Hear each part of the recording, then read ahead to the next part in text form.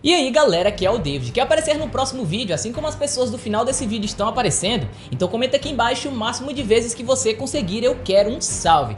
Comenta isso que no próximo vídeo tem altas probabilidades aí de você aparecer no vídeo. Então bora aqui assistir comigo. Em 15 de abril de 1912, o RMS Titanic afundou algumas horas depois de colidir com um gigantesco iceberg.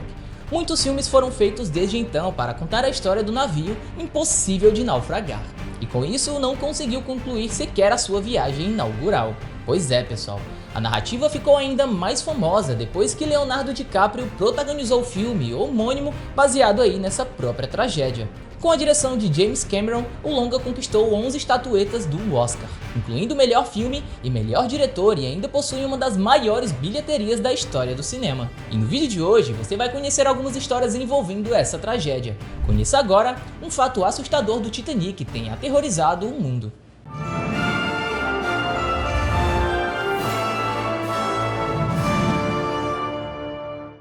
Titanic em terra firme.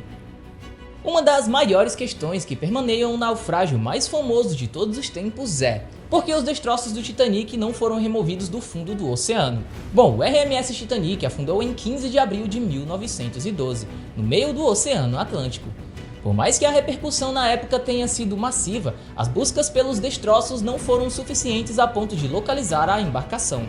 Somente em 1985 os destroços foram descobertos pelo oceanógrafo chamado Robert Ballard, que em parceria com a Agência Nacional de Oceanografia da França, o IFREMER, utilizou modernas sondas de varredura com câmeras acopladas que conseguiram então identificar os destroços do navio. 73 anos depois, no fundo do mar, é de se esperar que o Titanic não estivesse em ótimo estado de conservação e muito menos intacto. No entanto, diversas expedições subsequentes encontraram salões inteiros com lustres no lugar e mobílias espaçadas. Isso seria uma boa notícia, tá? Se apenas as duas peças principais dos destroços não estivessem a cerca de 600 metros de distâncias uma da outra. Isso mesmo que você ouviu, dobrando aí o trabalho de recuperação. A proa, que é a parte da frente do navio, é reconhecível, enquanto a polpa, que é a parte de trás, está em péssimo estado, pessoal.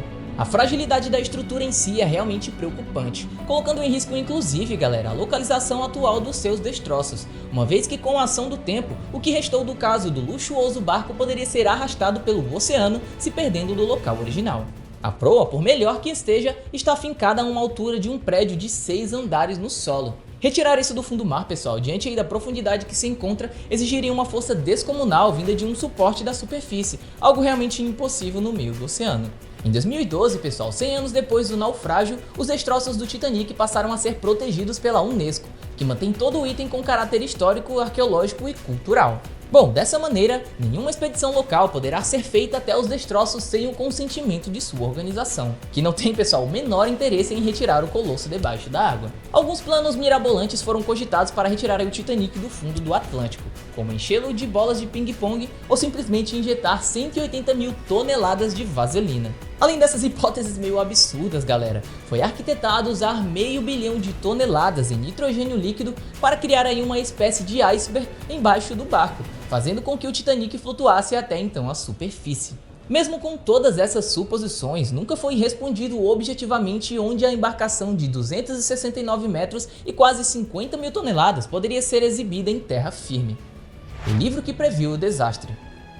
14 anos antes do acidente, em 1898, o escritor Morgan Robertson lançou o conto que no Brasil foi publicado pela editora Vermelho Marinho com o nome de Futilidade ou Naufrágio do Titã, no qual relata aí a história do transatlântico Titã que afunda no Atlântico Norte depois de bater em um iceberg.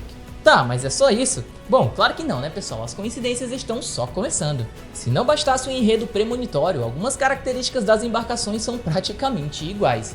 A primeira entre as coincidências é o nome do capitão, nas duas ocasiões ele se chama Smith. O mês em que os acidentes aconteceram também é o mesmo, em abril. Outros detalhes técnicos também são bem próximos um dos outros, como o comprimento do navio, velocidade em que ele navegava, número de botes e compartimento à prova de água, até mesmo o número de vítimas são bem parecidos, pessoal. A diferença entre os enredos é o que aconteceu no pós-acidente. No livro, depois de sobreviver à colisão, o ex-oficial da marinha inglesa John Rowland passa aí por uma série de aventuras, inclusive lutando com o temeroso urso polar. Bem, talvez nessa parte o autor possa ter sonhado demais. O que justifica então a obra só ganhar notoriedade após o naufrágio do navio chamado verdadeiro, o Titanic. Previsão de William T. Stead. Bom, o livro citado no tópico anterior não foi a primeira e nem a única previsão do acidente. Pois é, galera. Um homem chamado William T. Stead, que trabalhava com jornalismo investigativo, escreveu em 1886 um artigo chamado Como um cruzeiro a vapor afundou na metade do Atlântico por um sobrevivente, em que ele falava sobre um acidente em que muitos morriam por não ver botes suficientes. Mais tarde, em 1892, ele retomou o tema publicando aí outro artigo que mencionava a empresa White Star e um de seus barcos que se chocava contra um iceberg. William Stead morreu a bordo do Titanic. Pois é, pessoal. Uns dizem que ele estava rezando, outros que ele estava lendo um livro. O passageiro japonês. Masabune Hosono era o único passageiro com o nome japonês no Titanic, e ele esteve na Europa estudando trens e ferrovias. Quando o navio começou a afundar, ele foi para o deck principal, mas percebeu que seria muito difícil sobreviver, já que a política de ocupação dos botes era de mulheres e crianças primeiro.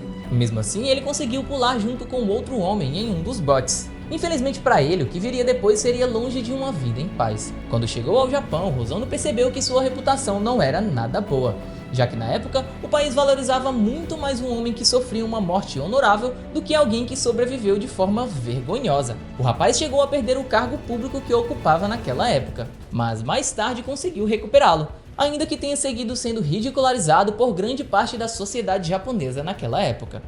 O verdadeiro colar do Titanic. No filme de 1997, o colar intitulado O Coração do Oceano recebeu todo um significado e uma história ali meio que fictícia, né? Isso tudo para agregar emoção à obra cinematográfica. No entanto, o pingente não foi totalmente inventado. Vou explicar aqui para vocês. A passageira chamada Kate Florence Phillips recebeu um colar de safira como presente de seu amante Henry Morley. A peça, de acordo com o que se conta, era extremamente cara e valiosa. Morley era dono de uma confeitaria e possuía uma riqueza invejável para aquela época.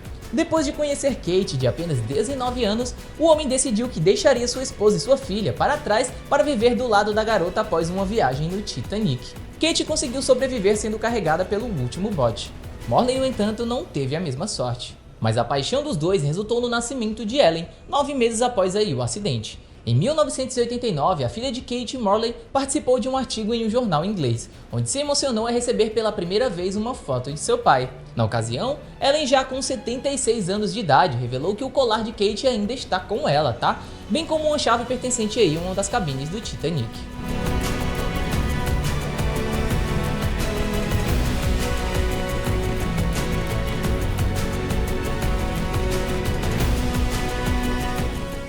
Então é isso, pessoal, esse foi mais um vídeo aqui do canal para vocês. Bom, espero que tenham gostado, não se esquece de se inscrever aqui no canal, pois é extremamente importante, compartilha com algum amigo seu. Então é isso, até o próximo vídeo aqui do canal Universo Curioso.